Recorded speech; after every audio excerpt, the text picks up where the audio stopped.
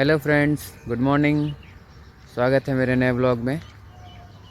आज शिवरात्रि का दिन है और मेरे स्कूल की भी छुट्टी है, तो मैं आज जाने वाला हूँ मंदिर। सबसे पहले मैं पास के मंदिर में जाऊँगा, उसके बाद घर आने के बाद डिसाइड करने वाले हैं कि हम कहाँ जाने वाले हैं आज। तो चलिए चलते हैं पहले मंदिर, फिर मैं आपको बताता हूँ मैं आगे कहाँ जाने वाला हूँ। तो मैं तैयार हो गया हूँ मंदिर जाने के लिए, तो चलिए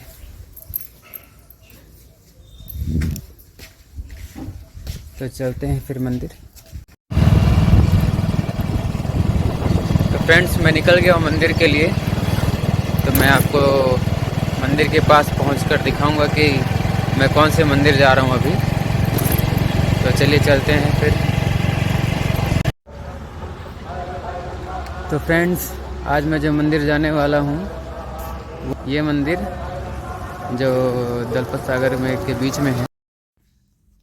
मैं किनारे पर खड़े होकर नाव का इंतज़ार कर रहा था और मोटर वाले नाव से देखा, अगर मुझे उससे जाना होता तो मुझे बहुत लंबे लाइन पर खड़ा होना पड़ता।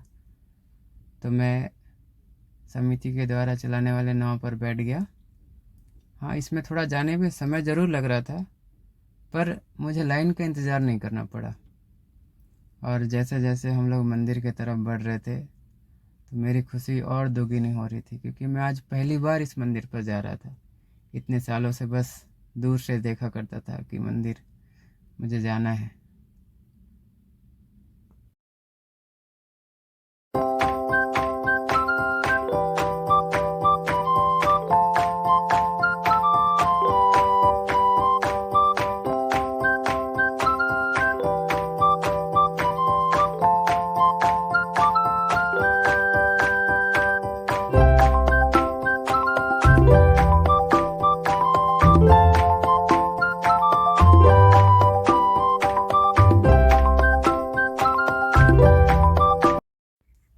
और मैं मंदिर पहुंचने के बाद देखा यहाँ भी लंबी लाइन थी। तो मैं लाइन में लगने से पहले सोचा कि एक बार मंदिर के पूरे चारों ओर घूम लूं और देखूं कि कैसा है यहाँ का नज़ारा। और मैंने पूरा मंदिर को पूरा एक चक्कर लगाया।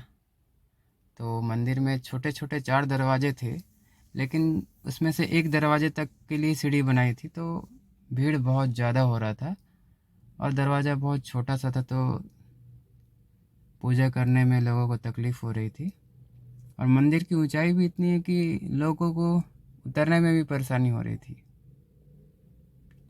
और 15 से 20 मिनट खड़े होने के बाद मैं सीढ़ी तक पहुंच चुका हूं और देखा कि लाइन तो और ज़्यादा लंबी हो चुकी है।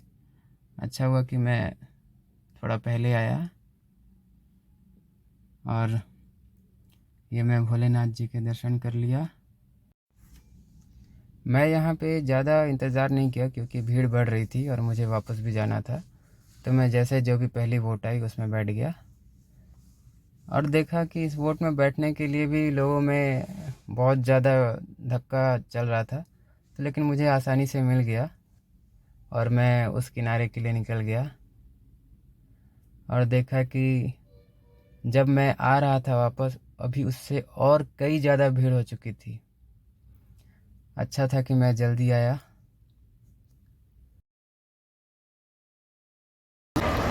तो मैं मंदिर से वापस आ चुका हूँ और कुछ ऐसा है, और ज़्यादा भीड़ बढ़ चुका है।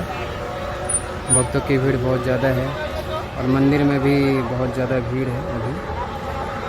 अच्छा हुआ कि मैं जल्दी। तो अब मैं चलता हूँ अपने घर और घर से फिर जाऊँगा कोई और नए मंदिर में। तो फ्रेंड्स, अब मैं माँ पापा के साथ जाने वाला हूँ एक नए मंदिर पे। अब जगह का नाम कुछ ऐसा है, कालागुड़ा करके जगह का नाम है। अब चलते हैं, अब मैं मिलते हैं रास्ते पे कालागुड़ा। अब पता नहीं वो कौन सी जगह है, कालागुड़ा कहाँ पे है, मैं आपको बताऊंगा कौन पास में है कहाँ पे है। तो चलिए फिर।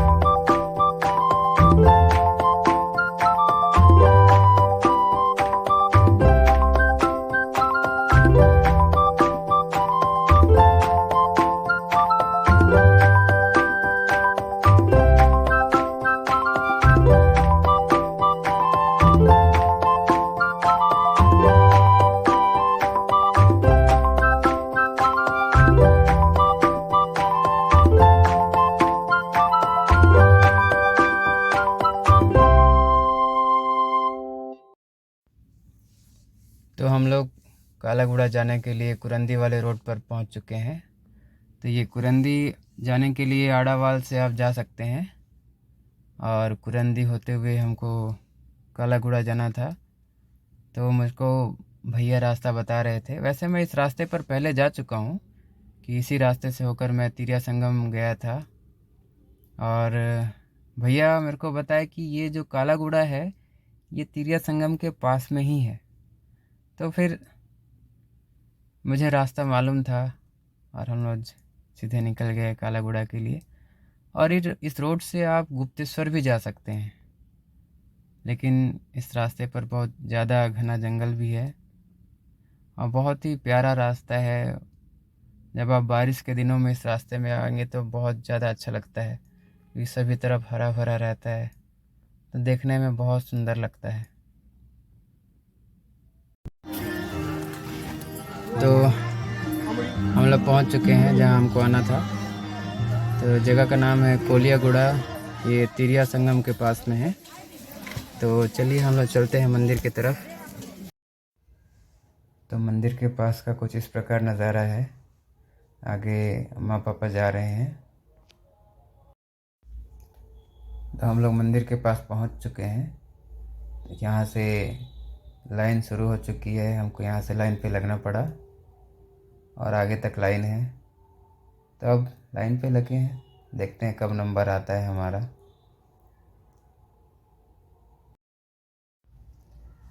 भीड़ और बढ़ चुकी है और मुझे इंतज़ार नहीं हो रहा था कि आगे क्या है।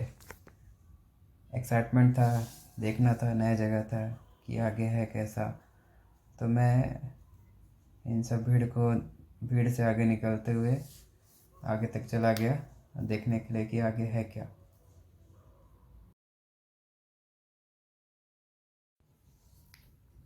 आगे जाने के बाद देखा यहाँ तो छोटा सा गुफा है, तो देखकर बहुत अच्छा लगा।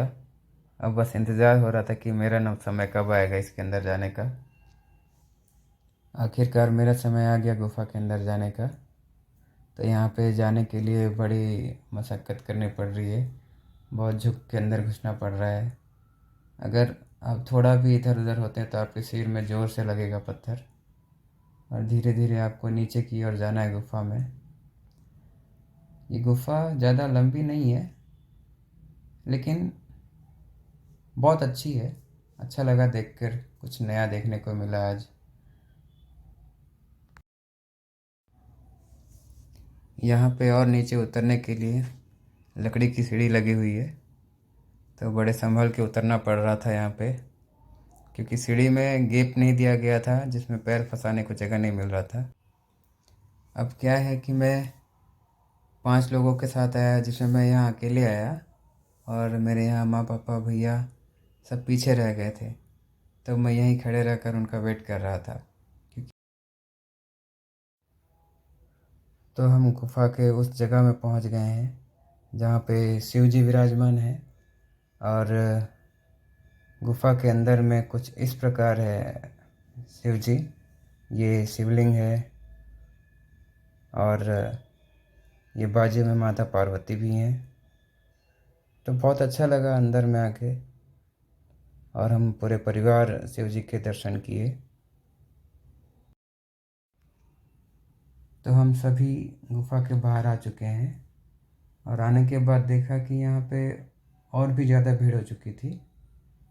और हम लोग अपने गाड़ी के पास गए और जहाँ पार्किंग है उस जगह कुछ इस प्रकार का नज़ारा है। छोटे छोटे स्टॉल लगे हैं और छोटा सा मेला जैसे है। और यहाँ पे पूरे जंगलों के बीच में है, तो मस्त छाँव है, बहुत अच्छा जगह है। ये मंदिर के बाहर में गरम गरम बड़ा बन रहा है, मस्त टेस्टी था बड़ा। तो हम लोग घर पहुंच चुके हैं। अब मैं जाता हूं घर और जाकर करता हूं थोड़ा आराम। आज सुबह से ही घूमना चल रहा है, बहुत अच्छा था आज का दिन। तो अब फिर मिलते हैं नए ब्लॉग में नए सफ़र के साथ। तो तब तक के लिए